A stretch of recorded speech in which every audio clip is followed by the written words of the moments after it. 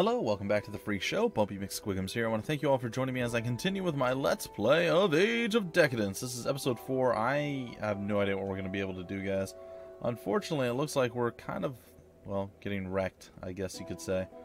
I don't think we can fight our way through anything. Let's go talk to the preacher. Maybe he's got some kind words to offer us, because as it stands right now, we're not doing so good. Also, where is our, I feel as though, yeah, we're not equipped with our weapons for some unknown reason right now either. You see a man attempting to preach to a crowd of curious onlookers. He's climbed onto a pile of rocks to better make himself heard. Despite that, it doesn't seem to be going well.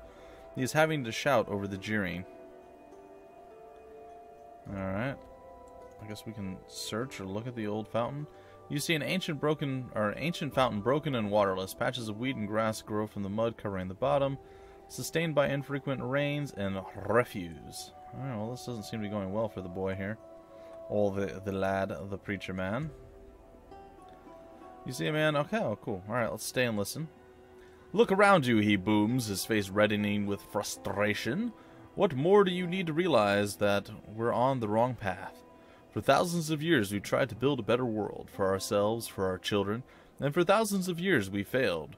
What is left of mankind's great works, our glorious empire? Ruins, rubble, dust! For emphasis, he kicks a stone from the pile he stands on, and it clatters noisily to the cobblestones, the crowd momentarily hushed by his vehemence.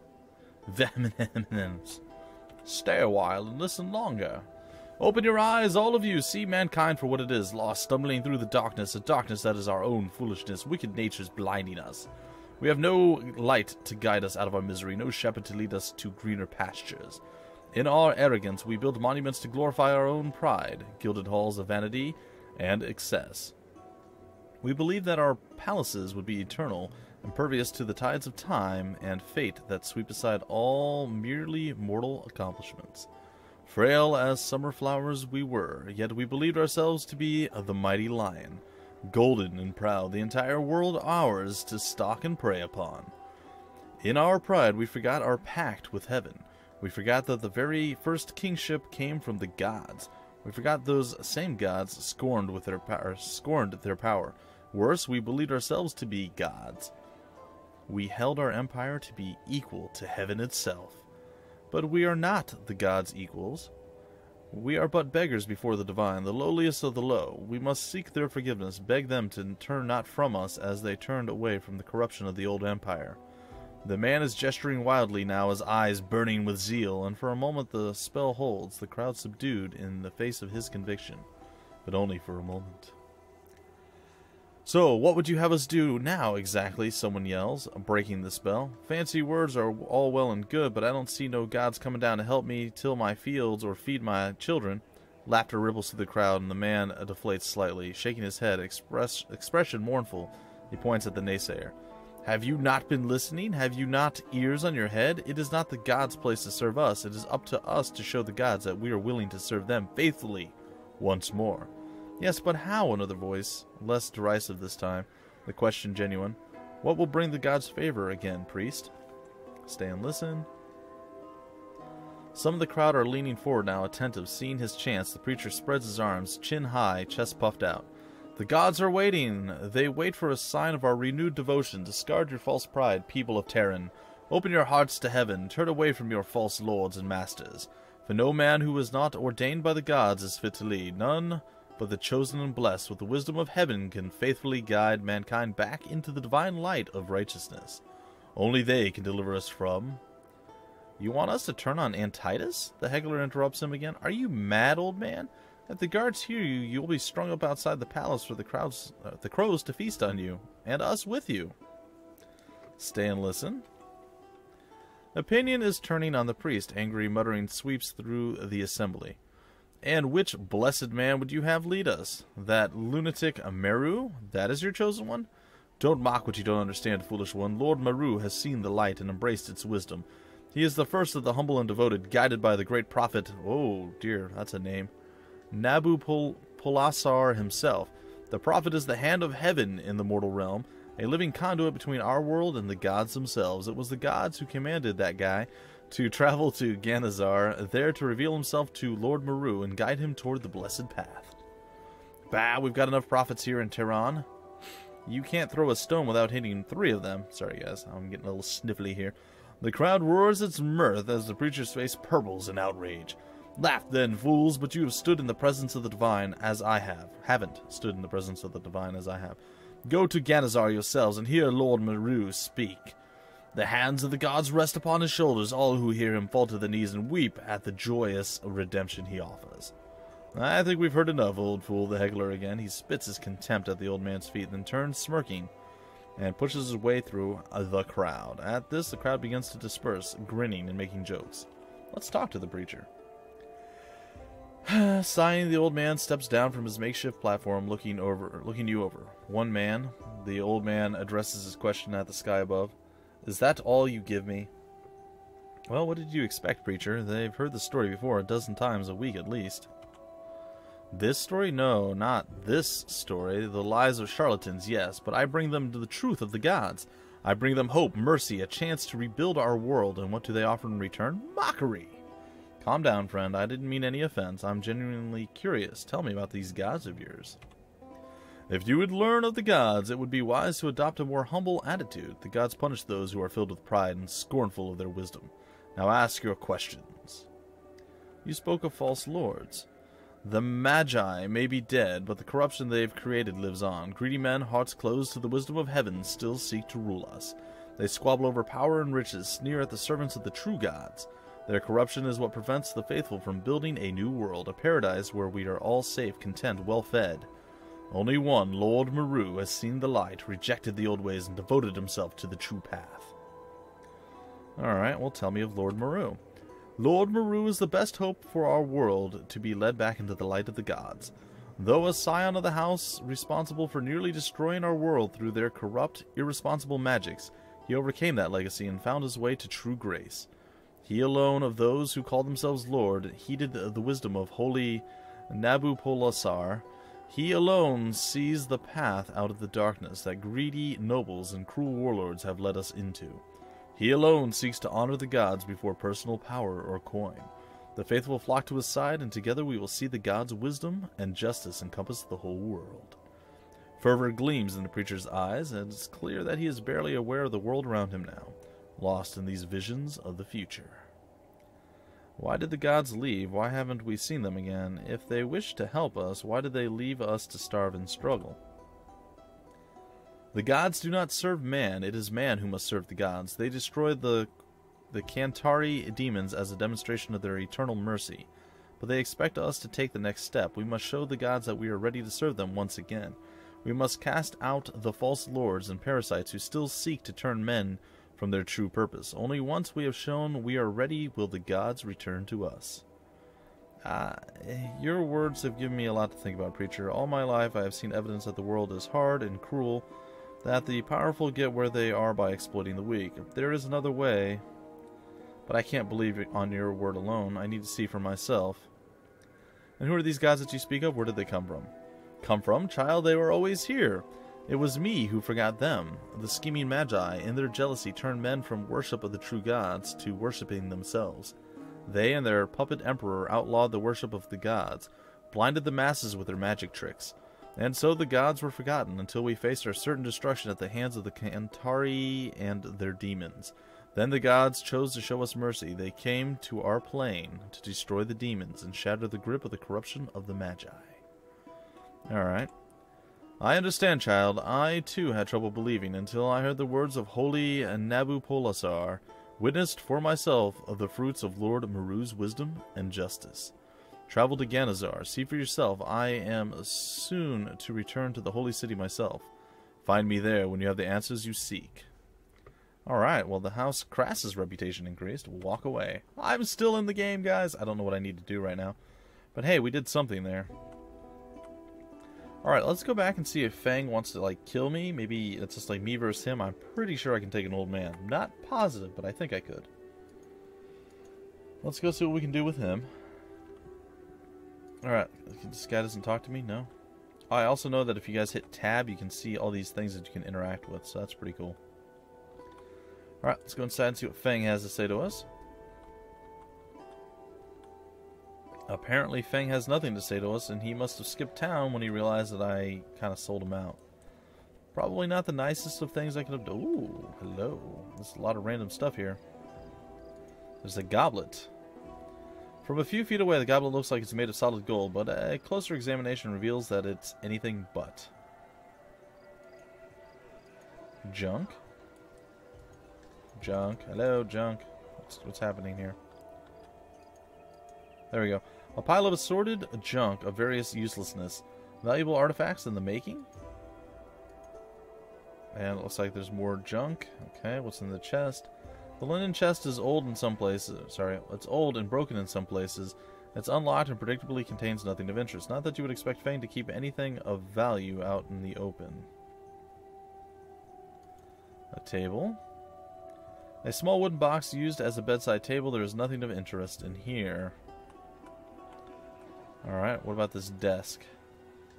Feng's desks. Notes, candles, writing materials. It appears that Phreak is interested in General Marcellus Galbo, a famous military tactician and strategist of the Old Empire. Alright, there's some documents here. It's a large, carefully restored document tracing the history of House Daratan through the centuries. Turns out the house owes its name to the Battle of Dar Atan, where a certain legatus managed to defeat an army of 20,000 men with less than a full legion. Hey, my lore skill increased by 1. And apparently I gained new insight into liberal arts and trades, which can be used to increase my non-combat skills. Alright, cool. I guess. I don't really know. Boxes. Feng's personal archive boxes with scrolls. There doesn't seem to be any filing system, so Phreak is probably the only one who can find anything of interest in there. You browse through the scrolls but find nothing of interest. And this is the same thing with the full legion and the legatus and all that. Alright, let's go to the roof. And now that we're on the roof, looks like there's some boxes here. The boxes are filled with worthless junk. Alright, what else we got? Really, none of these chests are openable? It seems silly. What is this? I can go back down. Huh. I don't know what happened there, but okay. We're missing health, aren't we? Don't we have 50 health? Yes, we do, but we don't right now. Well, we have 2 combat skill points and 5 civil points. I mean, that's something, I guess. I'm going to keep the civil points for now. I'm not sure what I'm going to do with the rest of the points, guys. I'm kind of at a loss right now. I'm not sure where I need to be heading or what I need to be doing. So we're going to wander around town and just, like, talk to various people, and hopefully we can figure out something. I believe this is the inn over here, so I'm going to go to the inn. I'm going to see if I can't rest. Hopefully I have enough money to actually afford resting, and if that is indeed the case, well, I should be okay, theoretically. You look like crap, Bumpy McSquigums. Do you want me to fetch the doc? Sure. Let me see, says the doctor. A few cuts and bruises, possibly a concussion. Nothing modern medicine can't fix. 40 Imperials. Whoa, another time. I cannot afford that. That is way too much. You have time for a few questions. Hear anything interesting? Same crap, different day, shrugs the innkeeper. Alright, can you tell me about... Do you think it will ever get better? We're heading into the opposite direction at the moment. Okay. It looks like Lord Antitus and Galius have some unfinished business, and I don't see anything good coming out of it in the near future. Not that I don't support our Lord wholeheartedly, I do. He tells me to fight, I go, and I fight. No questions asked. You are full of optimism, it seems. Sorry guys, I'm fidgeting in my chair right now. I run the inn. I see people coming and going, but I don't see them bringing good news. These are hard times, Bumpy McSquigums, but the only folk full of optimism around here are Maru's freaks. Well, the Imperial Guard are starting to get on my nerves with all this talk about restoring the Empire. As if it was that effing easy. It's not a broken bull. The Empire's gone, and talking about the good old days won't bring it back. Even if we all agree to restoring it is the most sensible option there is, that won't bring it back. I tell you, nothing's more dangerous than a fool who wants to make the world a better place. And what about Maru's freaks? They talk all kinds of crazy crap. Apparently Maru no longer calls himself a lord. He's the first acolyte now. The gods sent him a prophet because one lunatic clearly wasn't enough, so now there are 2 of them. Fools are buying it, and many taking it upon themselves to carry the message out. They say they are running out of crosses in Madoran. The more they crucify, the more they come. Well, so be it, I guess. What's your take on it? My take is that the worst is yet to come. The day Maru gives them swords instead of speeches is the day Madoran falls. And when it does... Well, I didn't gain much, and unfortunately I'm too poor to afford getting myself healed. We have an alchemist here. Do we have anybody who can, like, join me to fight? Like, if I had, like, one other person who would be willing to fight with me, I would be totally all over that. Alright, let's see a storyteller here. You see the inn's patrons begin to gather around a strangely garbed man who paces in circles muttering. A murmur of expectation runs through the room, and sure enough, the man stops his pacing, turns, and with a dramatic flourish, cries out, "A tale!" All are quiet now, but the man's rich, deep voice rolls out to fill the silence. A tale for tonight's entertainment, and what a tale! History itself will unfold before your very eyes, a tale of mystery and wonder. Come one, come all, and listen. And welcome to the Phreak Show. Alright, let's stay and listen. The smile drops from the storyteller's face, his brow gathers into a frown, and he begins to speak in a low, somber tone. The Great War raged across the Empire, the frenzied Cantari burning and looting their way across the land, our brave legions fighting to stem the tide. But though they could hold the Cantari themselves, even they were no match for the terrible demons the Cantari had brought with them from their homeland. Our loyal soldiers were slaughtered by the thousands. The Emperor's magi sought to counter the terrible might of the demons with their magics. But even though they worked feverishly, to devise new spells, it was no use. The demons shrugged off every incantation the magi hurled at them. Desperate for a solution, the Emperor summoned Abu Hassan ibn Haddad al-Sarabi, the first of the magi. Wow, that guy. To the side of the holiest of chambers, deep under the palace. "O learned one, tell me," said the Emperor, "tell me what you have found, or that you have found a solution, O wisest of my servants. Tell me that you have discovered some weakness in the accursed Cantari demons. Tell me how we can destroy these monsters who feel no pain, no fear, who never tire or rest." And Abu Hassan ibn Haddad did stroke his beard gravely. The storyteller stops to mime Ibn Haddad's gesture, folding his arms, looking thoughtfully, and stroking an imaginary beard to the chuckles of the audience before continuing. And said to his emperor, "We must seek allies." The emperor looked at Ibn Haddad in bewilderment. "Allies? What allies can we call upon? The empire stretches from coast to coast. All men, except the steppe nomads, rally to fight under my banner. There are no more allies to call on. Mortal allies, yes, but there are other worlds than this one, my emperor. Higher than the eye can see and further than any man can travel, there are strange and bewildering realms for which the rigid laws of our reality are, well, merely suggestions. If we could persuade the beings who reside in those realms to come to our aid..." The emperor sat for a moment considering, but always he returned to that inescapable truth, that the empire was dying around him. How many of these beings would answer our call, and would they be enough? The demons are terrible in their power. I have stridden the paths of the future in my dreams, and I have seen 3 who would come to our aid. Together their might is a match for the demons, answered Ibn Haddad confidently. The emperor cast his hands in the air, hope alight in his face for the first time. "Truly the world is wondrous. You have my blessing, Magus. Go forth and call upon these allies. All the resources of the empire are at your disposal."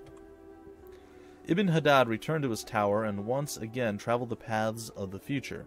For 3 days and 3 nights he quested. When he at last emerged, he summoned a great conclave of his brothers. There he ordered them to build a great doorway, a path into the realm that cannot be reached by land or by sea. Working together, the Magi built the doorway that would have taken mortal men months in mere weeks. Though many died of exertion, when it was all done, Ibn Haddad blessed the doorway himself and ordered one of the brothers through, as an emissary to the other realms. Patiently they waited for their emissary to return, and return he did a day later. But when they attempted to talk to him, he seemed unable to recognize anyone, and had lost the very power of speech itself. Undeterred, Ibn Haddad sent forth another emissary, and then a third when the same fate befell that one. But it was no use. None could speak of what they had seen through the doorway. At last, Ibn Haddad sent them away and returned to his tower to travel the paths of the future one last time. When he returned to his brothers, he appeared visibly aged, bent and leaning on his staff of office. But he had an answer. He had his brothers forge him a helmet of the finest crystal, weaving potent magic through and around it. Then Ibn Haddad did take the helmet and place it upon his own head, and though his brothers begged him not to, did stride through the gate himself. The storyteller stops for a moment, surveying his audience. All eyes are on him, the audience held rapt by his story. He smiles slightly, then continues. For 7 days and 7 nights his brethren held vigil before the doorway, but on the 8th day, as most had given him up for lost, Ibn Haddad returned. When his brothers questioned him as to why he had been gone so long, he seemed shocked that so much time had passed. But thoughts of the demons weighed heavily upon him. He brushed aside their questions and announced that he had made a deal with those who dwell in the darkness on the other side of the doorway. The lords of that place have agreed to send 3 of their number to aid the empire. In exchange, 7 times 7 men would go through the doorway to honor the lords in their realm. 7 times 7 were chosen to follow Ibn Haddad back through the doorway to the otherworldly realms, and true to their word, a week later he returned with 3 of the lords accompanying him. Of other men who accompanied him there was no sign. The storyteller stops talking and bows, looking expectantly at the audience. "The war!" yells one of the guests. "Tell us about the war. Tell us how the lords of the other realms cast down the Kantari demons." The storyteller straightens again and raises an eyebrow at the man, smiling like a benevolent uncle teaching lessons to a favored nephew. "100 tales I could tell you of the Great War, and still we would have but scratched the surface. Some sages will tell you that the old empire was destined to fall from the day it was born, that the very moment of its ending was written in the stars themselves. That empires and kingdoms, like mortal men, grow tall and enjoy their time in the sun for but a brief moment before they too must pass, to make way for those that follow. Thus sages will tell you that the Kantari kingdom was born for but a single purpose, to be the instrument of fate and bring about the destruction of the old empire when the time was right. That by growing stronger, so did we force the Kantari themselves to grow stronger. For it was their destiny to bring us down, you see, and fate ensured that they were strong enough to do so. That is why the demons came. Our legions could hold the savage Kantari at bay, but even they couldn't fight fate, couldn't fight the demons who shrugged off blade and arrow, who slaughtered all that were sent against them, countless lives. That is why, though Ibn Haddad and his allies came and defeated the demons, the old empire could not be saved. The old empire had already fallen, for that was always her fate, to die there that day in blood and fire. Alright, we're going to leave for right now, because I think we're running out of time in this episode, and I really haven't accomplished very much. I don't know that I'm going to be able to accomplish very much. I feel like the only way we can actually do anything right now to advance the storyline, and this could be one of my own problems or mistakes of my own doing here, I tried going as diplomatically as possible, but I feel like, well, like I said, we're kind of in a bad situation here. And what do I mean by that? I mean, well, pretty much this. We can't get into the palace because the only thing we can do right now to get ourselves in there without more exploration is to go here and try to fight these guys, and I don't see that happening. So, yeah, we're going to back out of the world map, and I think we really need to spend a little bit more time wandering around town and exploring, guys. So hopefully you're okay with that. I'm going to go talk to Fulvio. Hey, isn't that one of the guys I needed to speak with? Let's go see if I can't talk to him. I think it was Flavio that I was supposed to talk to. Maybe it's this guy. The Assassin's Guild is plain and unremarkable. Is a plain and unremarkable building. You would have missed it if not for the sign promising affordable solutions to your problems and guaranteeing satisfaction. If it's business, talk to Nelios. Well, that's not Flavio, then that's Fluvio or Fulvario or something. I don't know. Nelios there, Agate, Coltan, and Diaz. Alright, well, let's talk to Nelios. See what he has to say. What can I do for you? I need a job. You killed one of my men and now you have the nerve to show up and ask for a job? Well, you did kill him, so that should count for something, shouldn't it? And seeing that I'm still one man short, it would be fitting, not to mention ironic, if you take his spot. Are you interested? Of course I am! I've got nothing better to do. Stick around and I'll introduce you to the others. Alright, we'll wait. It doesn't take long for the other guild members to show up. Dias, a rising star in the guild, greets you with a nod. If someone needs to die and there is no room for mistakes, the job usually goes to Dias. If he lives long enough, he will be running the guild one day. Coltan inquires about your health and offers a potion to fix you up. It's his favorite joke. He's an alchemist, but the potions he makes tend to poison people or blow them up. Agate gives you a blank stare. His upward slanting eyes show no emotions. He might as well be looking through you. Agate doesn't say much unless he has to, or unless he's drunk. Look alive, boys! Nelios' voice brings you back. There are people in this fine town who need killing. Dias, an Aurelian envoy, is expected to arrive today and deliver an ultimatum to Lord Antitus. A bloody accident should befall him before he reaches Tehran. Coltan, your expertise in poisons is required in a delicate family situation. Nelios goes on and on, explaining the jobs in full detail. Bumpy McSquiggums, there's a small house near the gate on the left side. It's hard to find a better location to keep track of people entering and leaving Tehran. I've been informed that the occupant of the house has a guest who arrived this morning to collect the reports. Kill them both as a lesson to others before this day is over. Any questions? Payment. 40 Imperials per body plus 100 Imperials for the reports if you manage to recover them. Okay. Let's do it. I'm not going to ask questions. We're just going to, what we don't know won't hurt us. Alright, so we have a new mission. We need to go to the house by the gate. Is that over here? Is this the house? This must be the house. Alright, there's two people out there. Alright, we're going to roll out and we're going to try to wreck these guys while we're still standing. Oh, I really wish we had a potion to pick us up. We have our equipment. There's a turban we can put on our head. That doesn't seem very useful. Alright, let's see here. Hi, guys. This isn't really working for me, huh? Well, I figure this is the house by the gate, but maybe not.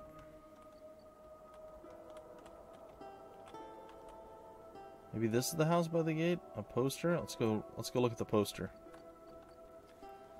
We gotta figure out who in the world is being bad, and we have to deal with them. An Imperial Guards recruitment poster promising free armor and daily rations. That does sound delicious and useful. I'm not really seeing a solution to our problem here. Is it outside the gate? Because I don't see a house outside the gate.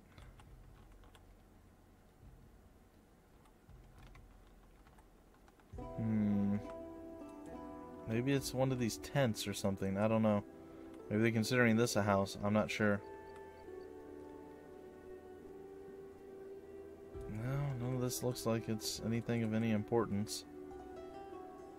A small shanty town growing up the outside. No, that's not really helping us either.